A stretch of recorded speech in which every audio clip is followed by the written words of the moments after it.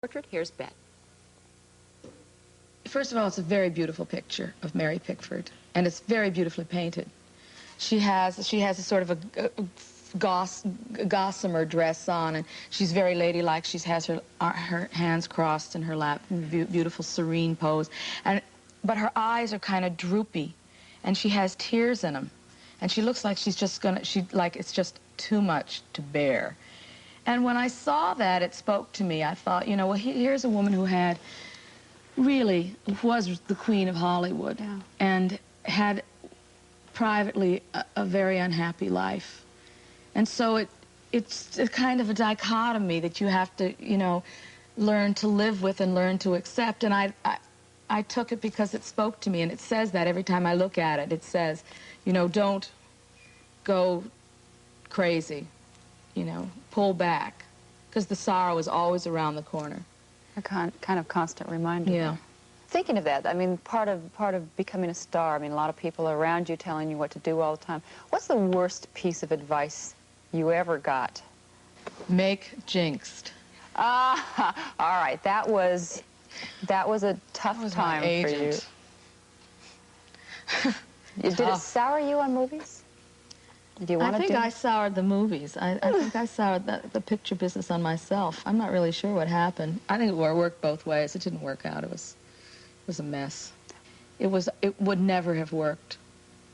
It never would have worked. It was just doomed. A lot of people say that in your industry that you kind My of have industry? to have What about this. your industry? Well, You're your in it industry, too. I'm in reality industry, and you're in really fantasy industry. You know, getting up there. You! No, I mean, you get out there and entertain, and you present a whole feeling, a whole mood, and in a movie you take on another person's character, and that takes a certain ability to be able to do that. But don't you feel that as a news person you have to take on a certain character? What you see is what you get. You walk around the house like that? Yeah.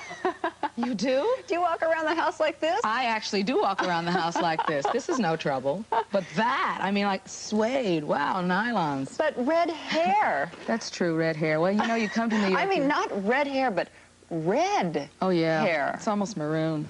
Yeah. I'm caught on my dress. It's almost maroon. I like it. I came to New York and I said, I can't be a blonde anymore. Why? I don't know. It's something about being in New York. You just can't be a blonde. No offense, girl. Funny, I didn't notice that. No, I'm saying, I was a blonde for a long time. I know got to where my skin and my hair were the same color. I couldn't tell them apart. You know, I was putting lipstick on my hair. So finally I said, oh no, this really will not do. But you also need change. I get the feeling. Yes, you do. You really do. I do. I'm easily bored. I do like new images and new music and new challenges and new information and new people. I do. You know, I've talked on upswings and downswings for you. Yeah. Where would you say you are on the pendulum right now? On an upswing. Yeah. Feels good? Yeah, it feels great. It feels great.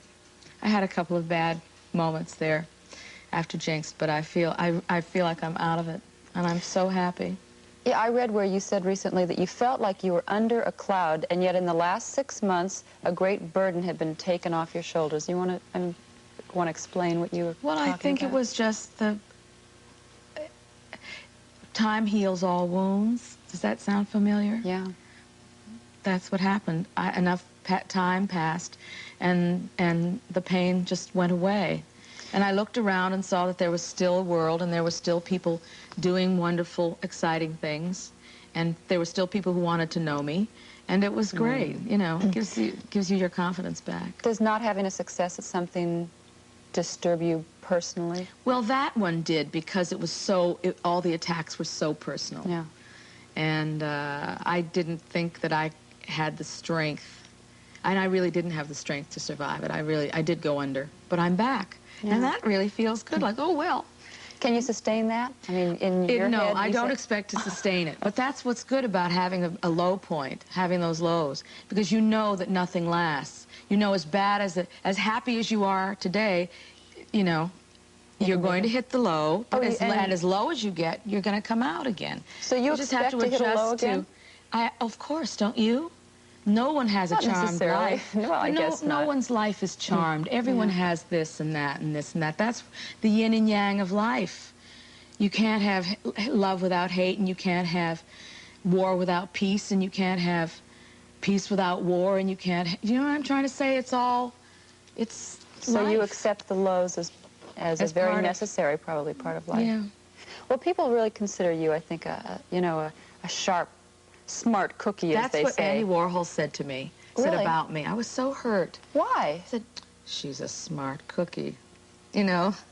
I mean, it has Why- sort of like, but why- it has a sort of conniving thing to it, and I don't really think of myself as a conniver, although maybe I am, who knows? You said even a couple of years back, I have no idea who I am. I'm good at shows, but I'm not so good at real life.